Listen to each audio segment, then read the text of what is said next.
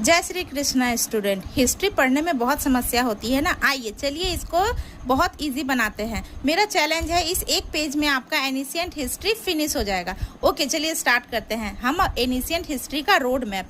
तो ancient history का starting हमारा स्टोन एज में होता है। स्टोन एज में वहाँ पे क्या होता है कि लोग पत्थर से काम करना चालू करते हैं। स्टोन एज को 3 भागों में बांटा गया है। पैलियोलिथिक एज जिसमें यहाँ पत्थरों से डायरेक्ट पत्थरों के औजार बनाए जाते थे। मेसोलिथिक एज में पत्थर से कुछ छोटे पतले औजार बनाए जाते थे। और नियोलिथिक एज में पत्थर में वो हथौड़ा लाठी वगैरह लगा के लकड़ी वगैरह लगा के वो नियोलिथिक एज में औजार बनता था। उसके बाद हमारा आता है चियोलिथिक एज। चियोलिथिक एज हमारा होता है जिसमें हमारा कॉपर मिल जाता है और अब हमारा जो पत्थर होता है और कॉपर की एक नई औजार बनाई जाती है जिसका टाइमिंग पीरियड 7000 से 35,000 BC तक का होता है। उसके बाद हमारा आता है Indus Valley Civilisation. Indus Valley Civilisation हमारा जो है ये वर्ल्ड का सबसे पुराना सिविलाइजेशन है और ये इसका जो हमारा टाइमिंग पीरियड है ये 35,000 BC से 15,000 BC तक का होता है। इसे हम ब्रॉन्ज एज भी कहते हैं क्योंकि इसमें ब्रॉन्ज का खोज कर लिया गया था। इसी में पक्की ईंटों का घर हमें देखने को मिला है और हमारा जो कॉपर है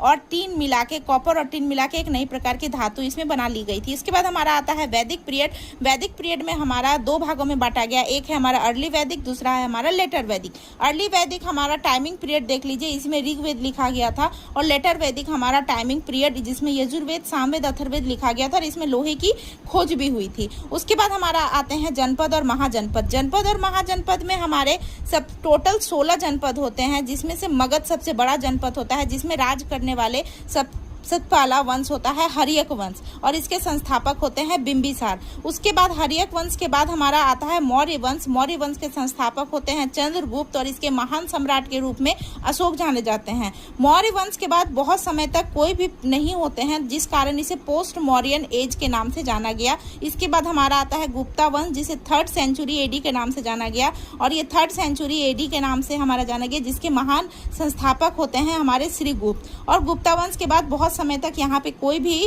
राजा नहीं आते हैं जिसे पोस्ट गुप्ता एज के नाम से जाना जाता है।